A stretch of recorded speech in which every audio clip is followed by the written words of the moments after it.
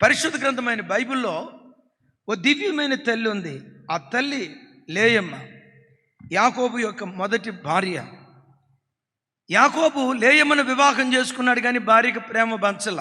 కారణం ఏంటంటే యాకోబు మనసు రాహేలు మీద ఉంది.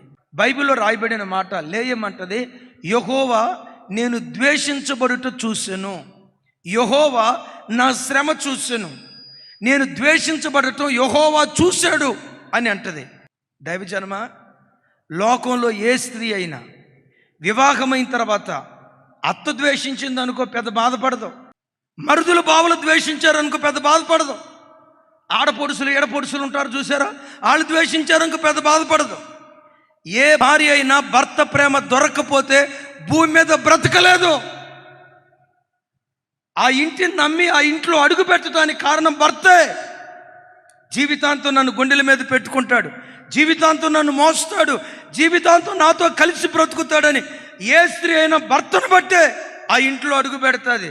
అత్త ద్వేషించింది అనుకో, లోపట బాధపడినా, మనసులో బాధపడినా, లోపట ఉండే ఆలోచన ఏంటో తెలుసా, ఎంతకాలం ఉంటుంది ముసలత్త, నా కుటుంబం అయిపోద్ది, ఇక నాకేం బాధ. అత్త ద్వేషాన్ని తట్టుకోగలుగుతుంది, కానీ భర్త ద్వేషాన్ని ఏ భార్య తట్టుకోలేదు. కానీ ఇక్కడ విచిత్రం ఏంటో తెలుసా, లేయమ్మ సాక్షాత్తు భర్త ద్వేషాన్ని తట్టుకొని 5 పిల్లలకి అందప్పటికీ 5 పిల్లల్ని.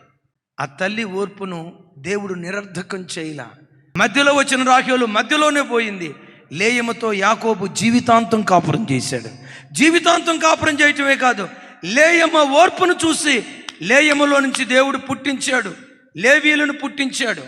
ఆ వంశంలో నుంచి వచ్చిన వాడే సమూయేలు, ఆ వంశంలో నుంచి వచ్చిన వాడే జకర్యా, ఆ వంశంలో నుండి వచ్చిన వాడే బాప్తిస్మం ఇచ్చు యాజకులు పుట్టుకొచ్చారు లేయమ్మలో నుంచి.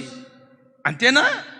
అదే లేయమ్మలో నుండి యోధా గోత్రికులు, ఆ యోధా గోత్రంలో నుండి మహారాజు అయిన దావీదు, రాజు అయిన సొలొమోను, హిజ్కియా, ఉజ్జియా, యోషియా, అదే వంశంలో నుండి లోకరక్షకుడైన యేసుక్రీస్తు వారు, మన ఆరాధ్య దైవం ప్రభు అయిన యేసుక్రీస్తు వారు వచ్చారు. తల్లి, నా వైపు చూడు, నువ్వు అనుభవించే బాధని నేను తక్కువ చేయను, మూర్ఖుడే, కానీ ఒక తండ్రిగా చెప్తున్నా, ఓర్చుకో.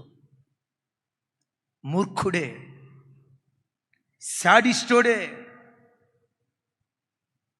యాకోబు ద్వేషించినట్లుగా నీ భర్త నిన్ను అంతకంటే ఎక్కువ ద్వేషించవచ్చు. ఓర్చుకో. ఓర్పు ద్వారా ఒక అందమైన కుటుంబ వ్యవస్థ భవిష్యత్తులో బహుమానంగా దేవుడు నీకు అనుగ్రహిస్తాడు.